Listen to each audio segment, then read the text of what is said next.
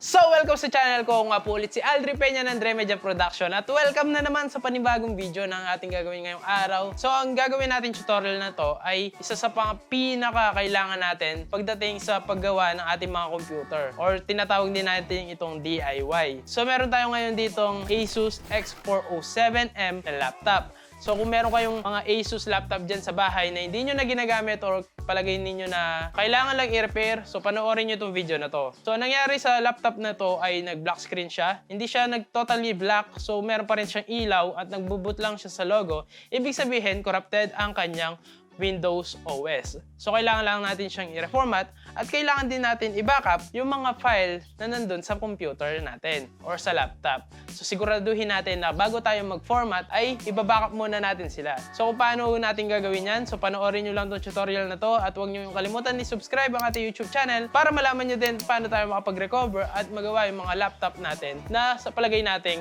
pwede pa. So siguro wala nang pag-uusapan mga master, simulan na natin. Let's go!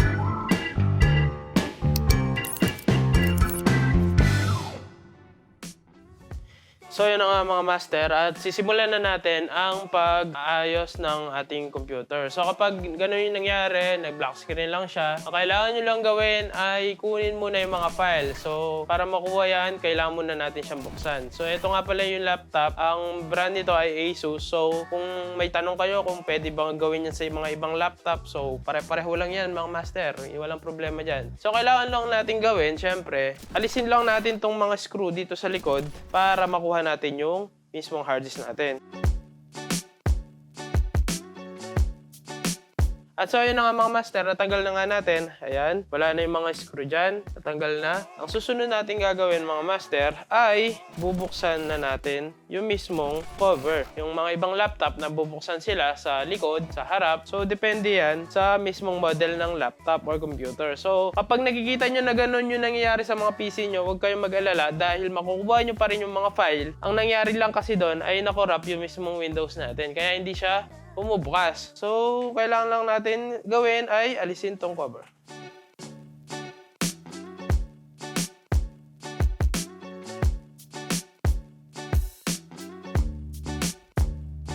At so, kung napapansin nyo mga master, natanggal na natin ito, yung cover. So, kadalasan kasi, kapag dito siya natatanggal, may mga ribbon pa yan. Huwag nyong basta-basta hilahin. Kasi, may mga ribbon pa yan sa taas. Ayan o, kung mapapansin nyo, ito mga to, ayan yung mga nakasabit na yan, yan yung mga ribbon. Kaya, wag muna natin basta-basta na hilahin yung keyboard dahil kapag nagkamali tayo, pwede yang maputol at hindi natin siya mabubuksan. Kasi kadalasan yung mga ribbon na yan, dyan nakakonect yung mga power button natin at yung mga mousepad, keyboard. So, paano nga ba tanggalin yan? Una, iangat lang natin siya ng konti. Then, kahit dito sa kamay lang, matatanggal yan. Iangat lang natin yung mismong pin dun sa saksakan ng ribbon. So, yan nga, mga master, natanggal na natin. So, nasaan yung hard disk dyan? So, nandito yung pinaka-hard disk niya. At kung magtataka kayo, kapag nagbukas kayo ng laptop, merong naka-position dito, meron nandito, or meron naman SSD M2. So, iba-iba na yung mga storage ngayon, meron mga SSD. So, ito, hard disk pa rin siya. So, kung gusto nyo siyang upgrade. So, balik tayo dun sa topic. Ang problema natin, naglo-loading lang siya. So, lahat ng Windows, lahat ng mga programs, lahat ng mga files, walang ibang pupuntahan yan kundi ang hard disk. So, ito dapat yung unahin natin i-recover bago natin galawin lahat para sigurado na walang mawawala sa atin. So, alisin din natin yung screw. Yan, screw. Maraming screw. Magkikita nyo naman kapag hindi nyo siya matanggal, ibig sabihin, may mga screw pa rin yan. Ayan yung dalawa. So, mapapansin nyo mga master, dito ko siya tinanggal. So, hihilahin lang natin siya mga master. Kapag ayaw pa, pag inaangat mo siyang ganun, ayaw pa, ibig sabihin may mga dalawa pang naka-screw dito sa baba.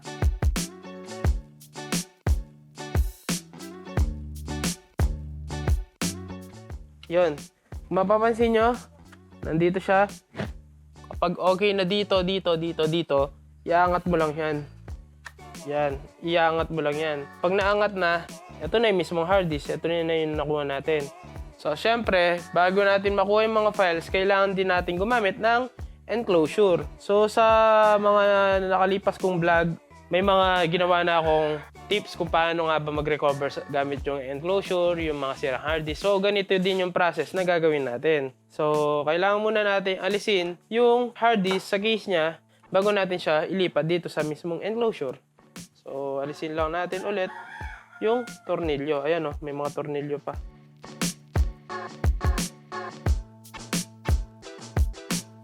Take note mga master, ito yung case, ito yung hard disk. So minsan may mga PC or computer or laptop nga na wala na silang case pero sa ito meron nga siya.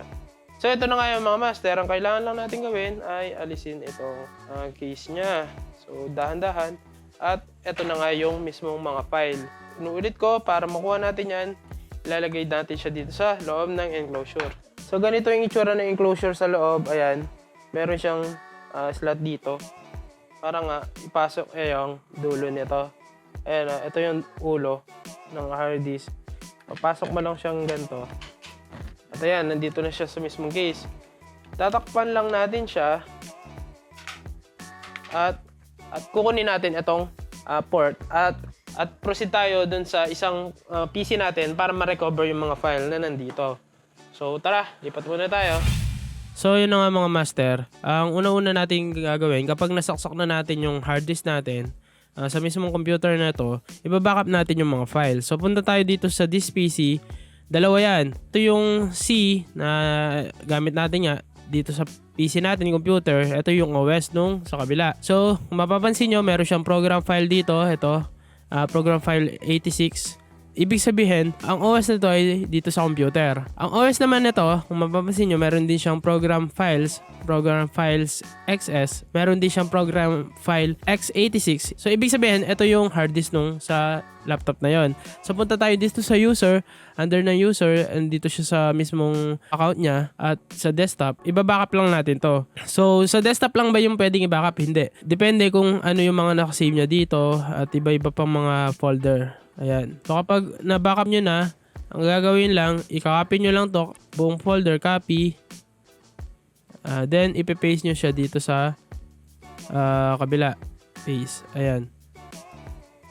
So, antayin lang natin siyang matapos hanggang sa malipat na lahat yung mga file dito. Then, kapag nalipat na natin yung mga file sa computer na to, pwede na nating burahin yung mga yan. Pwede na natin siyang i-reformat. Kapag na-reformat na natin siya, pwede na nating ibalik yung mga file ulit. So, ano nga ba yung backup? So, sa lahat pa ng mga nag-start sa ganitong field, yung backup kasi napakadali lang. Isisave mo lang yung file mo sa kabilang computer, then pwede mo nang galawin yung sa kabila or pwede mo nang burahin. Then kapag nabura mo na yan, pwede mo silang i-recover ulit. Pwede mo silang kunin dito sa kabilang file. Parang nag-transfer ka lang talaga ng file.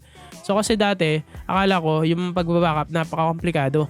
Pero ganun lang talaga kasimple. Para ka lang naglipat ng file, then kunin mo ulit. Parang ganun lang. So yun na mga master, at patapos na, 92% na. So on desktop, kapag binackup nyo siya, o kaya mga file nyo, kapag 100 GB yan, talagang matagal yung pagta-transfer. Kaya antayin lang natin. So ito 92% na. Wait na lang natin siya na mag 100%. Pagkatapos, alisin na natin yung hard disk. Okay mga master, kung mapapansin nyo, nandito na yung documents, yung mga file niya. So, kailangan lang natin gawin ay safety remove yan para nga malipat na natin sa kabila. Ma-format na natin siya. So, proceed na tayo sa kabila para ma-reformat na natin siya. Let's go! So, ito na nga mga master. Anong nangyari? Na-backup na natin yung mga file dito. So, pero nandito pa rin yung mga file. In case na mabura natin, at least meron pa tayong backup. Di natin totally na nawala. So, ganito na yung itsura niya. Screw lang, screw. So, balik lang natin lahat.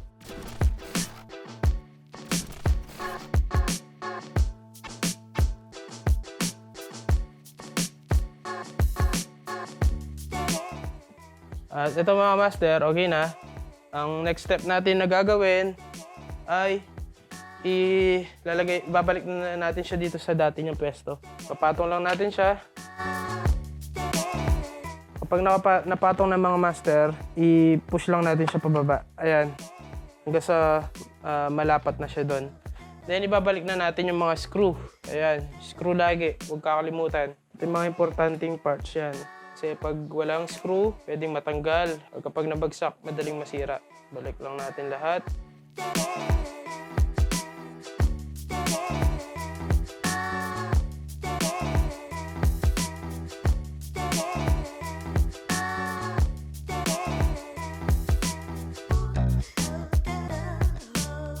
So yun na nga mga master, nabalik na natin siya. Ang next step natin ay ito namang keyboard. Ayan, sa taas. So tulad ng dati, babalik lang din natin yung ribbon muna. Ito yung mga slot ng ribbon dito. Ayan. Babalik lang natin siya. So unahin natin to. Pagkapasok dito, lock. Then same din dito sa kabila. Pasok lang natin itong mga to sa baba. Just dahan-dahan.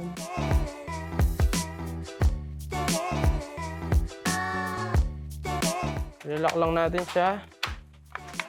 Yan. Bago tayo mag-format, huwag muna nating isara yung sa likod. Huwag muna nating ilagay yung mga screw in case na nagkamali tayo or hindi gumana. Halimbawa, itong touchpad, mabubuksan pa rin natin siya. So, hindi tayo mapapagod o hindi doble yung na masasayang. So, lalagay na natin itong bootable na USB. So, ang bootable USB na to ay nakaset na siya. Nagawa ko na siya ng bootable. Mismo talaga. So, paano gumawa nito? Ilalagay ko lang dito sa description. O kaya may lalabas dyan dito sa taas. Yun yung tutorial kung paano gumawa nito at saan pwede makakuha. So, ito dito, format. So, syempre, kapag nagpo-format tayo, kailangan mo muna natin siyang i-charge. Huwag niyo kalimutan na hindi siya naka-charge. Kasi kapag namatay siya, uulit yan. At so, dahil na-backup na natin yung mga file nyo, ang kailangan lang natin gawin ay isaksak yung charger. Yan. May charger dapat. Dito siya. Then, ilalagay na natin itong USB flash drive. So, press natin yung power on. Hold lang natin yung escape or F2. Click lang natin siya matagal. Hanggang sa lumabas na yan. Yung select bootable device. Ito yan. Kingston Data Traveler 3.0. Ito yan. So, isa-select natin siya. Down.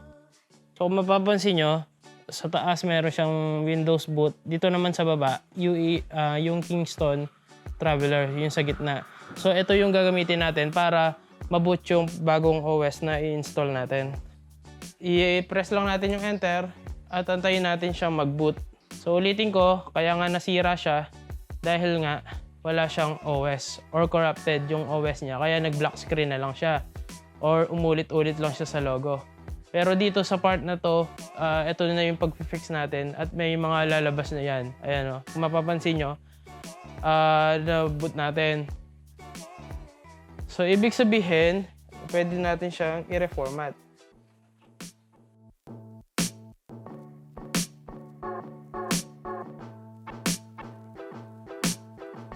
Press lang natin yung install at hintayin lang natin siya na matapos mga master.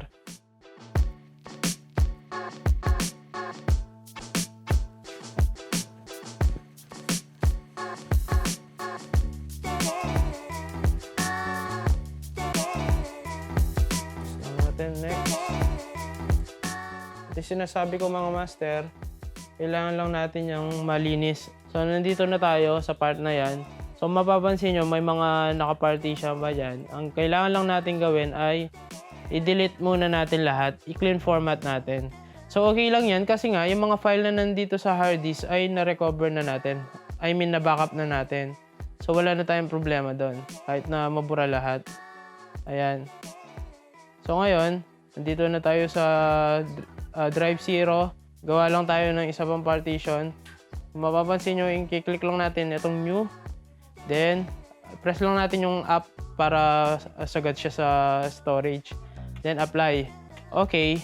Pagka okay niyan mga master, merong lalabas dyan na pwede na siyang i-format doon dahil nga naka-partition na. So, ito. I-click nyo itong primary, ito yung hahanapin nyo, primary 462, ayan. I-press nyo lang yung next at mag-start na siya mag-format.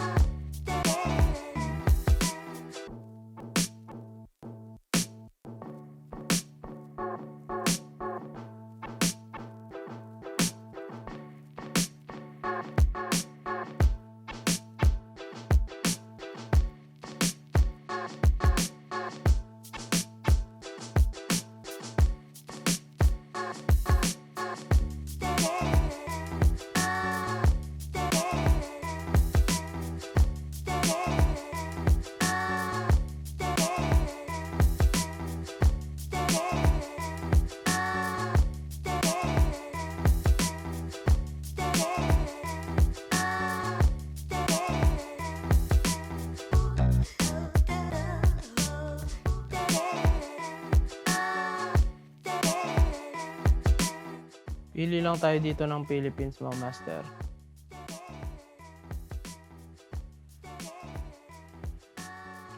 Philippines, yes. Jump check. Yes lang natin yan. Skip.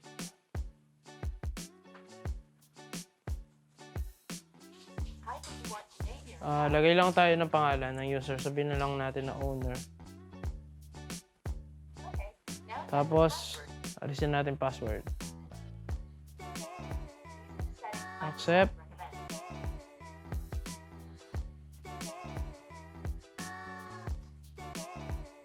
Hintay lang tayo, mga master.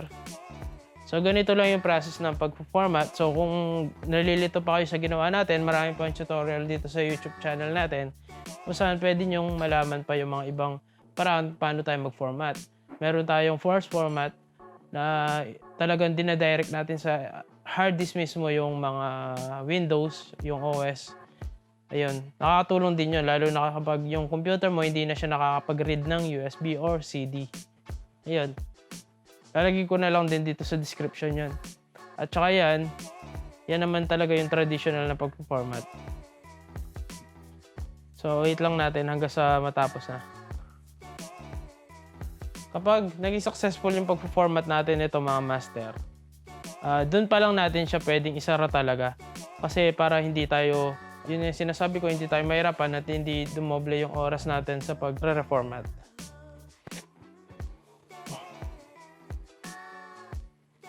Medyo matagal nga lang, pero kapag nag-start na siya, hintay lang natin. Kasi wala naman tayong ibang pipindutin. Kaya maghihintay lang talaga tayo.